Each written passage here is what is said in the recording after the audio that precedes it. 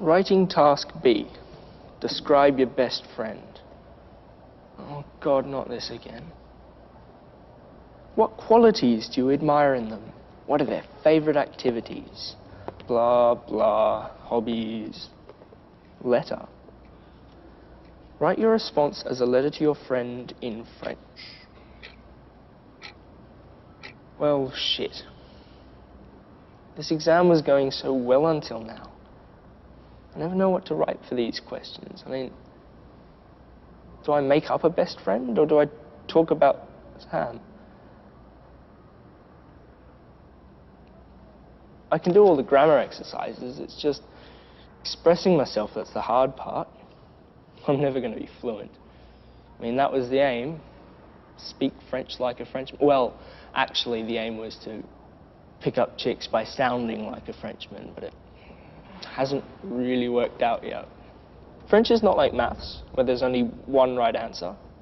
Like, even if you learn all the words in the dictionary, it doesn't mean you can speak the language. A whole group of guys went over to France on exchange, although apparently it was just this non-stop root fest with all the naughty angels. Is that it?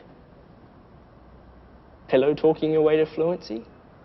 And there are all these traps in the language, like the word baiser means to kiss and to fuck, and the only difference is context. I mean, who would do that? I can imagine some sad French dude thinking that up just to make it hard for people like me. Sam and I do everything together. Eat, piss, muck about in French. We steal all the whiteboard markers when our teacher's late to class. We would sit together too, but Monsieur Edgerton likes the seating alphabetical, so Sam's been put right in front of me. It does get a bit annoying, his head blocking my view all the time. Especially on Friday afternoons when we get to watch a film. Apparently all French movies are called films. Sometimes I tap him on the shoulder, and when he turns around I flick a rubber band at him. Although I haven't really been doing that recently. His parents are going through a divorce, and he comes to school all like morose, you know? Like, he smiles and all that, but you can see it in his eyes. He's hurting pretty bad inside.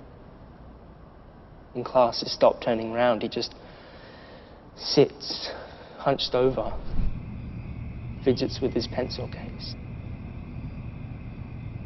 It's been a shit year for him.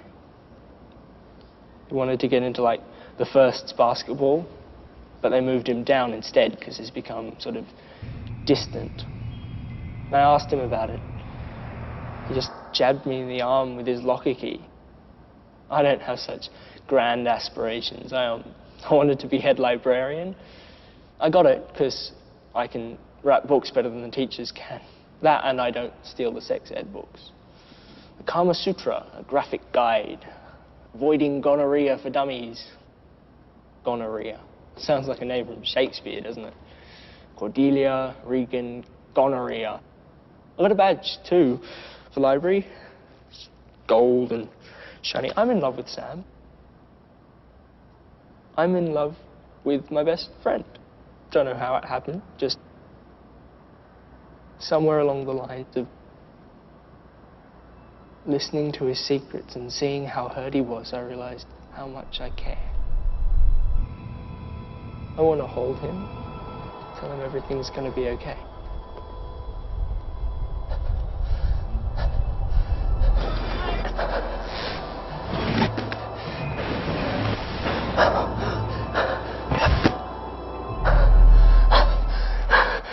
What the fuck is happening to me?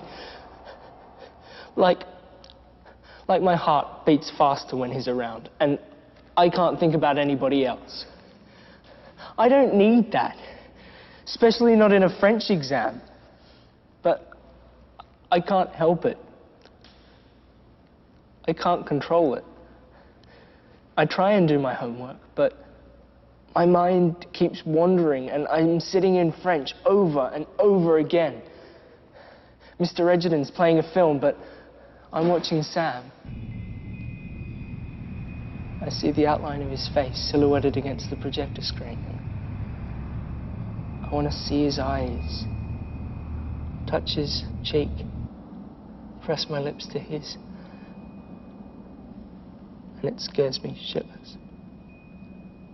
I Googled how to tell a guy you like him, but all the results are about how much makeup to use. I wouldn't dare say a word to him. I mean, how would I even start? Hi, Sam. Hope your parents haven't murdered each other yet. I'm gay. Are you gay? Do you want to cuddle or something? I'm afraid. Afraid that I'll ask him to kiss me and he'll get the wrong idea. I think I'm a creep, you know? It's not 'cause he's a boy, he just happens to be one. And I can't figure out whether that makes it wrong or special. I know what my mates would say. One time we went down to the beach, just laughing and mucking about. But, you know, tanning is skin cells in trauma, so I offered to put sunscreen on Sam's back. He just smiled, said it was fine, but the other guys howled me down, didn't let me forget how gay I'd acted. Charlie's a poof-da. But I don't want to forget. I don't want to forget Sam running back from the surf, shaking the water out of his hair, big grin on his face. I want what's best for him. I really do. But I also want him for myself. I want to be what's best for him. Am I just being selfish? He's my best friend, and he means more to me than any Band 6 exam mark.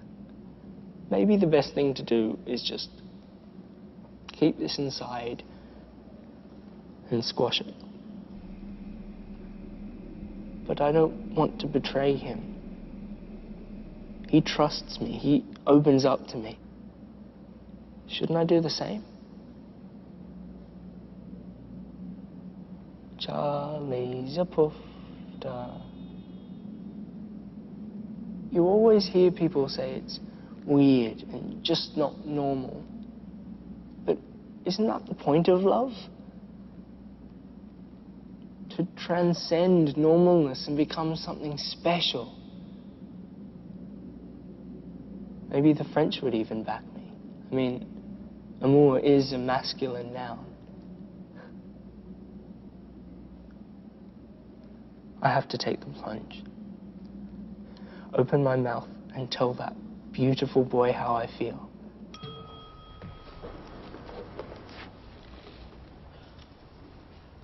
A letter. Mon cher Samuel, je t'aime.